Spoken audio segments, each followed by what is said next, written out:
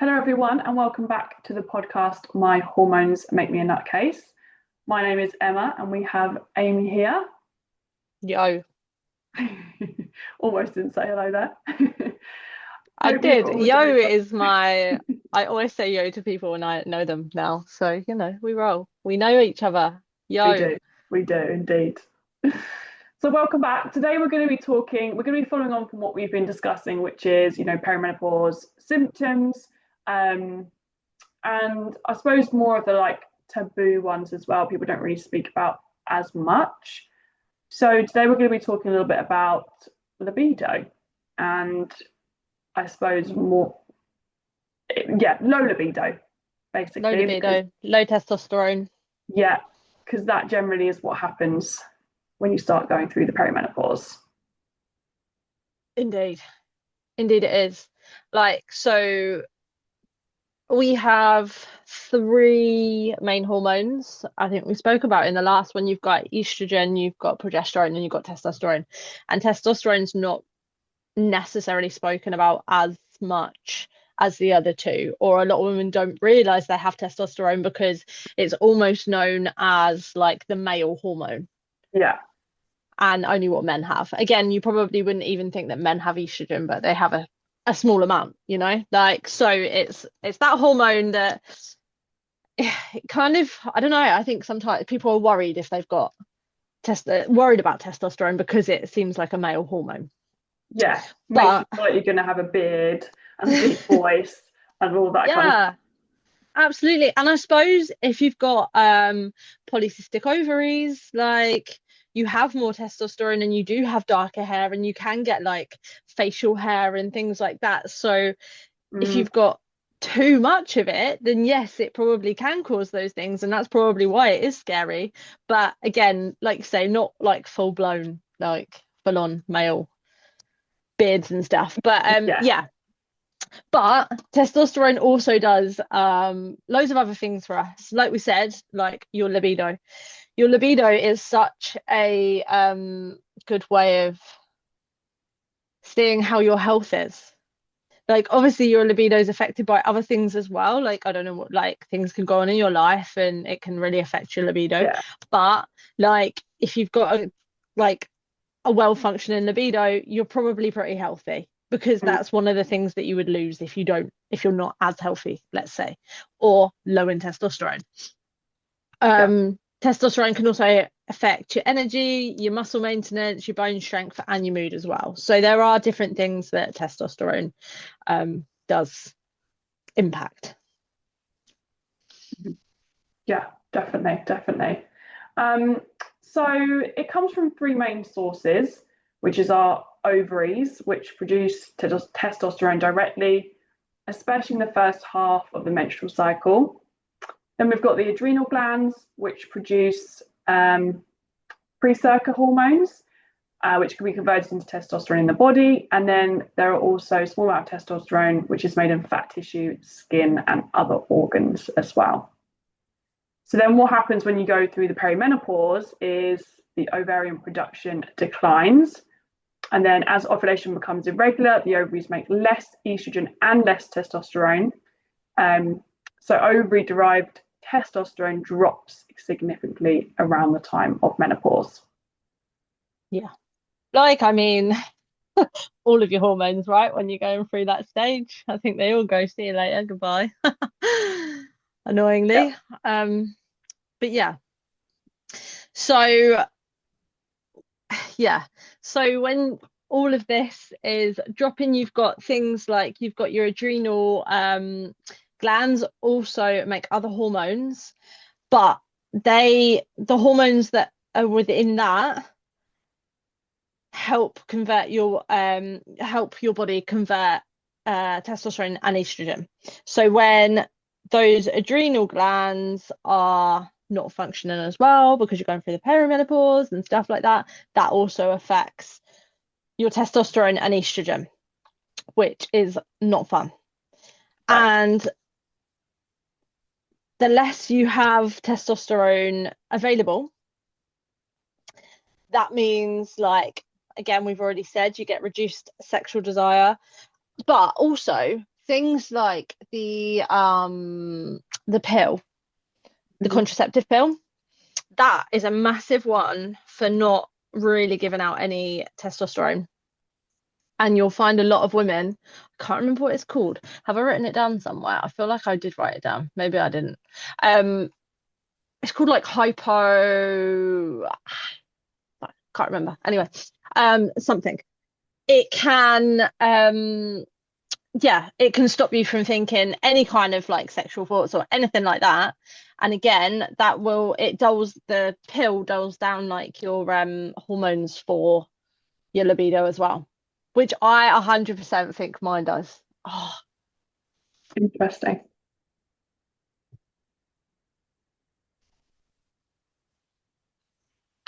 Another thing as well that not necessarily just linked to testosterone that I think can affect libido, like you were saying, like lifestyle things, but also like mental health and like anxiety and things like that.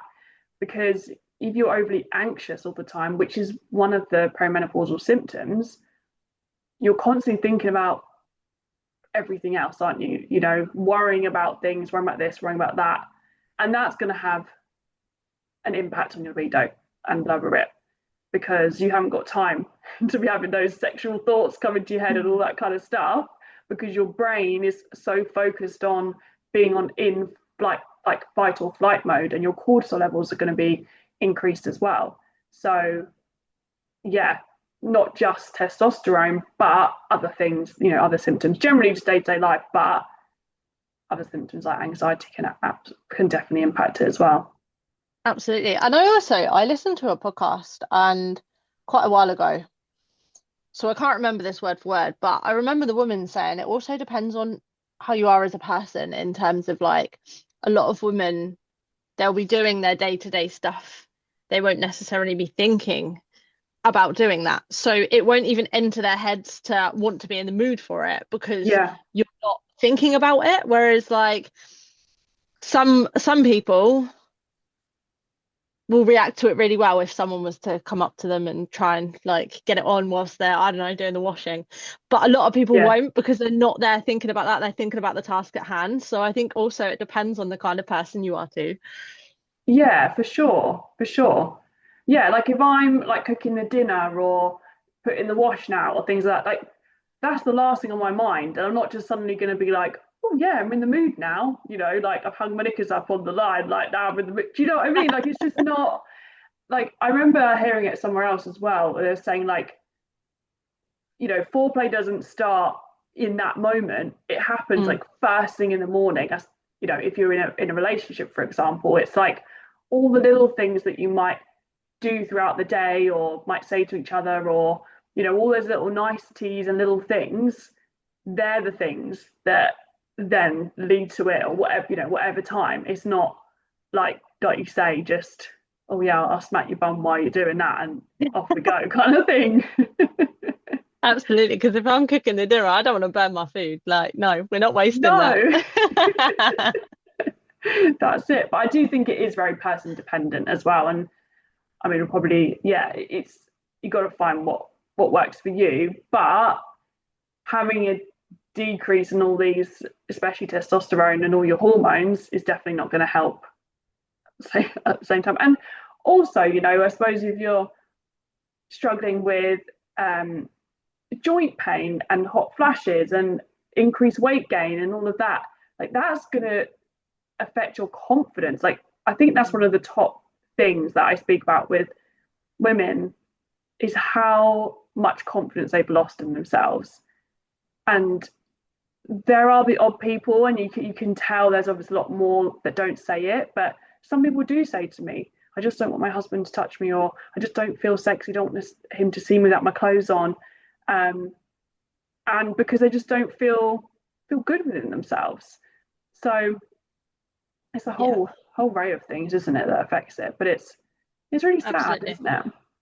It is really sad. Like, it's sad that the majority of us have had, or if not going through phases where you don't like your body or we don't like our bodies. Like, Mm, because everyone is different. There isn't like, we shouldn't be aiming to be, like we say before, like this, I don't know, bikini babe, that's an influencer that, oh, I don't know, just that look. You know what look I'm like talking about, but like Yeah, that shouldn't be the look that we're after. And 90% of people don't look like that, but we get so self-conscious because we think that 90% of people look like that person, that it then makes it difficult, doesn't it, in your everyday life? Like you say, to be embarrassed to take your clothes off, or like you want to just keep the lights off all the time. Like I remember being like that when I was like younger, or I say mm, younger as if that, oh, makes me feel weird saying that.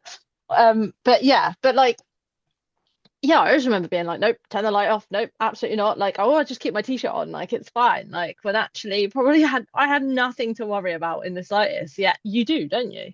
yeah, And I suppose, absolutely. and depending on like your position you're in as well, because if you're sat on top and you don't like the way you look, well, the last thing you want is like your rolls bumping around, and then you're thinking, oh my God, all they can see is my boobs and that going up and down, because surely that's not a nice angle. But to the guy, he probably doesn't give a shit. He's probably enjoying it, like, Yeah, definitely. That's the funniest thing, isn't it? Is your partner, whoever they are, probably doesn't actually give a shit. They're just No. enjoying the moment. Whereas I think, and maybe I don't know, maybe men do think this. I don't know from speaking to men about it, but I think it does come across your mind. Like it's never come across my mind. Like you're saying, like, oh, do I have a couple of rolls there, or I feel a bit bloated today? Like, are they looking at my belly? Or you do, and then suddenly you're kind of like, oh, I'm not really in the mood now because I'm just conscious about the way your body looks. Like, and some Mm, days, especially like when you're due on and things like that as well, or certain times in your cycle, you have more of those thoughts. Like I definitely still have some of those thoughts. And you just sometimes you just have a bad day, don't you? You just feel a little bit shit and you're just not confident within yourself. So absolutely. Yeah. And I mean, yeah, if you're feeling bloated, if your stomach hurts and you're doing stuff like that, oof, that's not what you want to be doing. Or no, the last thing you're going to think about, like. yeah, for sure, for sure. And I feel like, and maybe like things like not just how you look, like how you feel when you're doing it. I mean, sometimes it's bloody hard work. Like if your cardiovascular system's not great, like again, that's not. Oh my God, are you like if you are like really big, or you're feeling rubbish, or you know you're in that part of your cycle? Because I have a part of my cycle where breathing and running around is like an absolute nightmare. Like last week, I think I was at training and I was just running up and down thinking, oh my God, I'm dying. Last night, absolutely fine.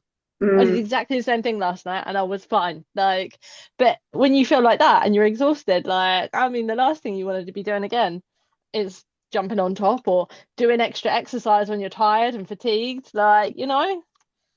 yeah, it's so true. It's so true. And it's interesting, is about the cardiovascular because yeah, like sometimes if I go on this because the Stairmaster is my cardio of choice because of my injury, and it's just I know it doesn't hurt me.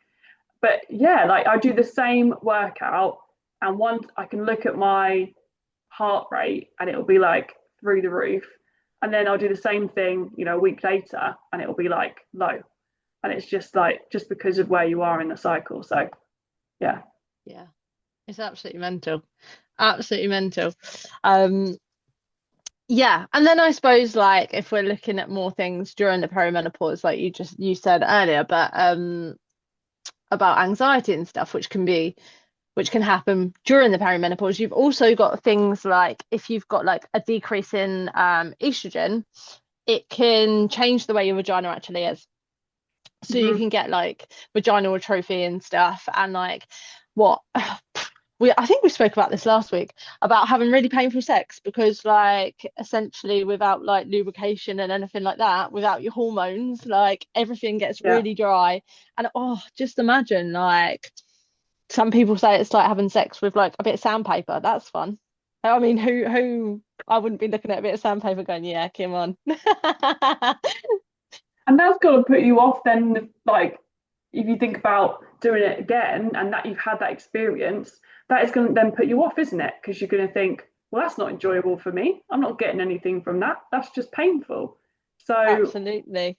I mean, TMI here, and no one else, like none of my like parents listen to this next club, but I slept with a guy once and he was too big, right?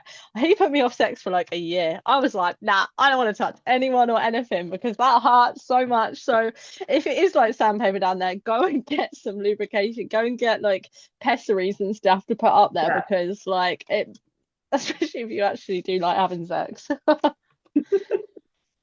definitely, definitely. Um, Also, declining testosterone and free androgen activity. So, women do have less testosterone than men. In the perimenopause, the decline of testosterone can contribute to that desire as well. So, like we were kind of saying, not wanting to do it because it might be painful, you just wanting to do it generally is just Mm, going to go, it's going to go down. Um, absolutely. I see so many, I'm in so many like menopausal groups and stuff, and I see so many women that write on there saying, I don't love my husband anymore. Like, I don't want to touch him. Like you said earlier, you get like this aversion to touching someone. I don't want someone to touch me. I don't want to be near anyone. Like, and it's mental that your hormones can dictate that. And yeah. especially if you are in love with this person or you've been in love with them all your life, and then suddenly the menopause hits and it go and all your hormones decide, actually, no, I, I don't want to be near him, don't want to get near him, whatever, like, and touch him. Like, that must be absolutely insane. Mm. If I relate it to my cycle now, I always get a week where I feel that way. But then when you're in the perimenopause, it's a constant thing, or it could be a 3 week thing, and then 1 week where you feel a bit better, and then a 2 week thing, or it could be one day to the next. So it's bad enough, having a week where you're like, oh, I don't want anyone to touch me and just leave me alone, or I don't really like you this week, like most women do get, again, stereotyping, but it's a lot of often what you hear. But then being on that roller coaster one day to next, like even in that week, I find it hard to, I've said this so many times before, but say to myself, this is just my hormones. So you must be thinking to yourself, is it my hormones? Is it not my hormones? Because it's not a constant, it's changing all the time. So you're thinking, maybe I don't love him anymore. Maybe you you must have all of those thoughts, mustn't you? Because you just don't know what's coming this day to, this day to next day.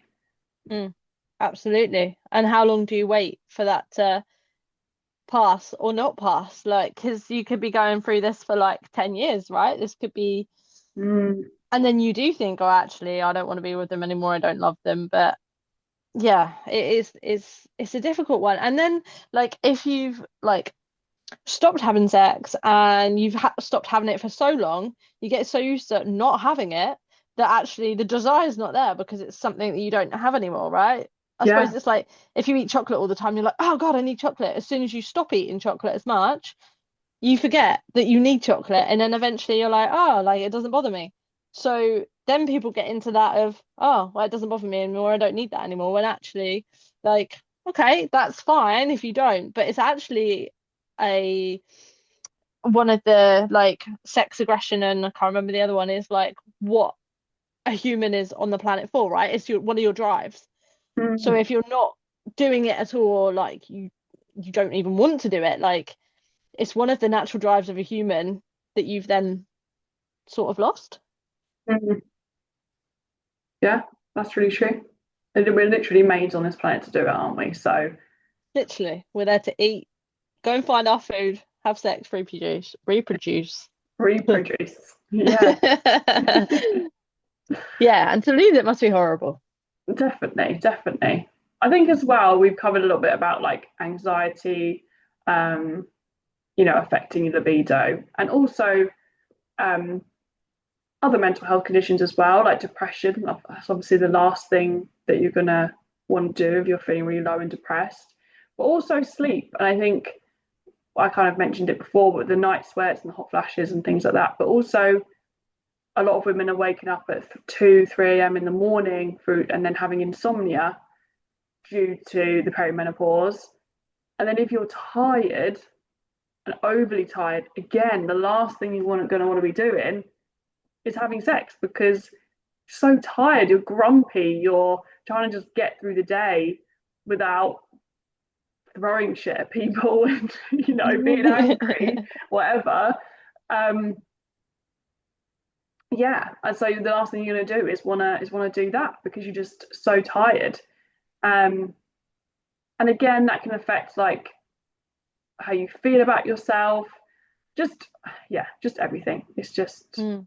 yeah, And I think like I don't know, like, because I can't comment for a mum, but like a lot of women want to do it because they want to enjoy it and they want to be there in the moment and that. Whereas like if you're tired and you're grumpy, you ain't gonna be there. You ain't gonna be in the moment. You're just gonna be like, fuck, just get this done with and let me go to sleep. Like I just yeah, want to sleep. So like sometimes if you can't do something because you want to do it or you feel you want to do it, you just don't want to do it anyway. What's the point in doing it? yeah, yeah, for sure. It's one of those things I think where, especially for women, like you've really got to, all the factors have got to be, in the right place. Yeah, I think I didn't explain it very well, but I think you've kind of got to be like in the mood, not be tired. I've had quite a good day. I think there's quite a lot of factors for women. I don't know. That's what I feel like.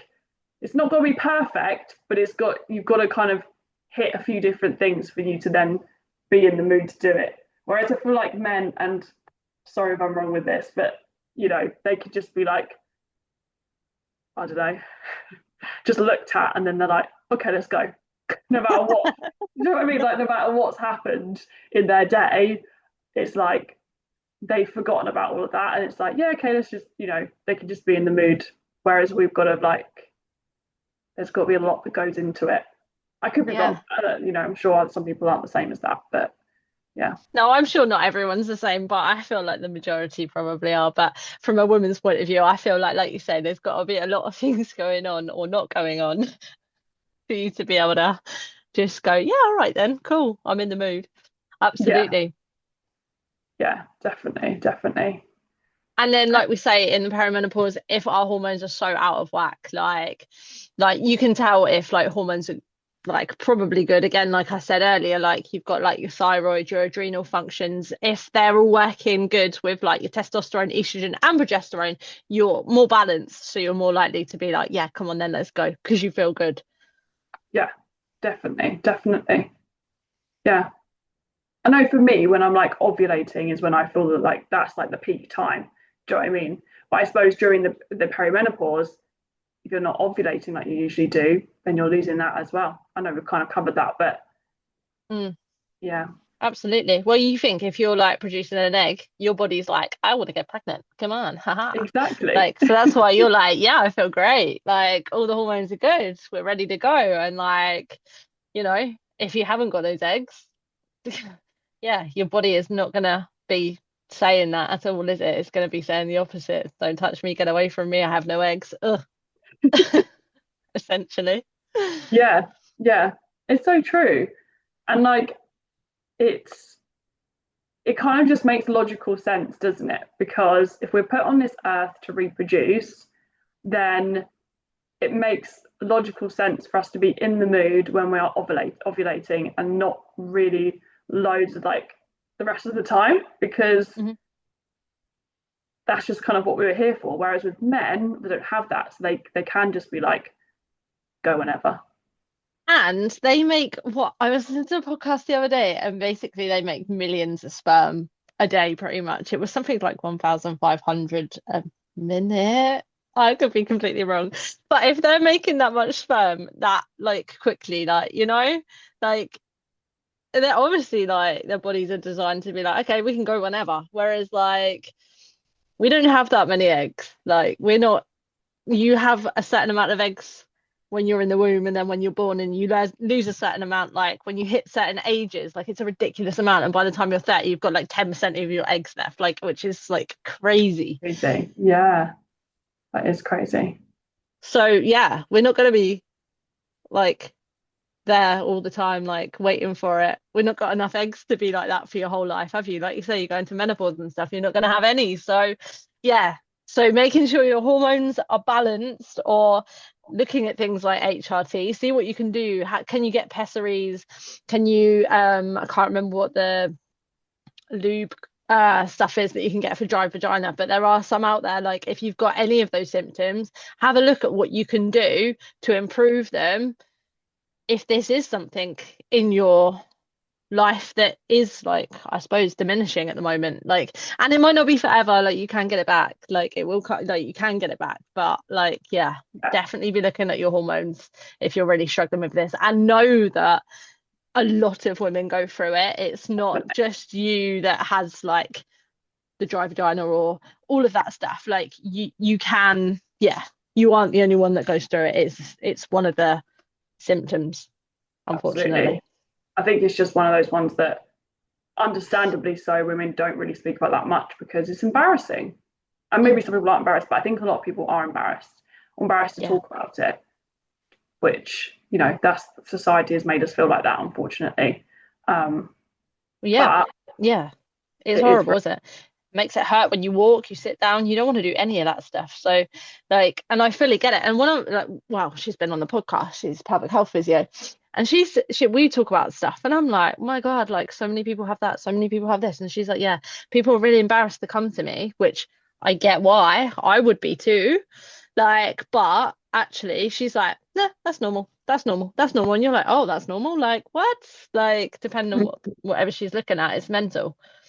yeah, yeah, it's so true. It's so true. I think that is just one thing to take away is that if you don't feel like you're normal, definitely get checked out. But a lot of things are normal, but there are things you can go, speak to doctors and pelvic health physios and stuff to help you. And like you say, look into the hormones, pessaries, and things like that. Um, because yeah, you don't have to suffer. You don't have to suffer in No. silence.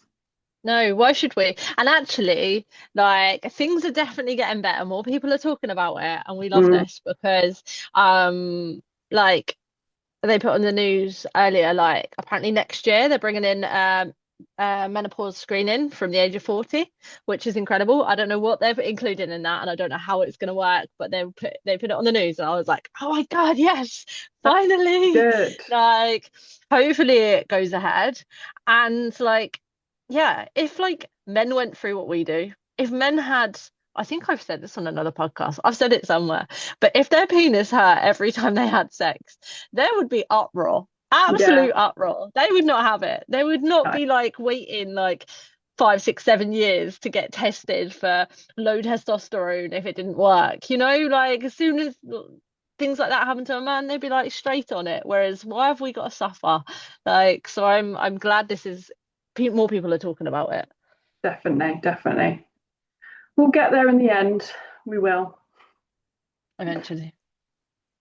So Maybe by the time we'll keep doing this podcast until we're like perimenopausal and see what changes in like the next 10 years, shall we? Next definitely, 20 years. definitely. Yeah, I think, well, I think it's a good thing because we all got to go through it one day, aren't we? So it'd be interesting to see how it impacts us both. Yeah, we'll listen back to these podcasts we've done, going, cool, that used to happen. Like, people got treated like that. That's crazy. Hopefully, Yeah, that's what we'll be hope, saying anyway. yeah, yeah, yeah, for sure. That will be still moaning about it. One or the other. Mm. Well, I suppose we'll wrap it up there for today. I think we've kind of covered everything that we wanted to cover today. Yep, absolutely. Yeah, it's not a big, like, these ones aren't really like that big, are they? We're just gone a No, little bit more in depth, but they're not, there's not loads of stuff to talk about with them.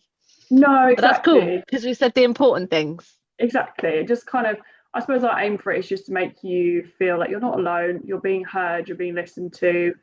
There are reasons why that you're going through these things and that it will be okay. I suppose that's just kind of the message. Just sometimes it's understanding why things are happening can just make you feel a little bit less stressed about it, can't it? Like I know for Yeah, me, if I not understand something like, okay, it doesn't fix the problem, but it makes me just feel like that tiny little bit better about it. 100%. Yeah, me too. I'm Yeah. with you. Cool. Well, thanks so much for listening, everyone. If you want to join our groups, the links are in the description box below. or check out our socials. Feel free to message us. You can email us at contact@empoweryouFitness@gmail.com, and we will catch you in the next one. Absolutely. We will indeed. Goodbye. Adios.